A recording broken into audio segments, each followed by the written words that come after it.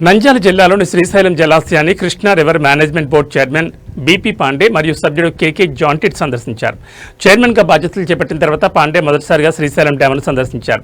ఈ సందర్భంగా chairman Pandey dam అధికారులతో కలిసి జలాశయంలోని వరద నీరు, గ్యాలరీ, ప్లంజ్ పూల్ను పరిశీలించారు. జలాశయాన్ని చేరుకుంటున్న వరద నీరు మరియు దానివల్ల ఉత్పన్నమవుతున్న సమస్యలపై ఆయన ప్రత్యేకంగా అధ్యయనం చేస్తున్నారు. ఈ అధ్యయనం పూర్తయిన తర్వాత ఆయన ఒక నివేదికను ప్రభుత్వానికి సమర్పించనున్నారు.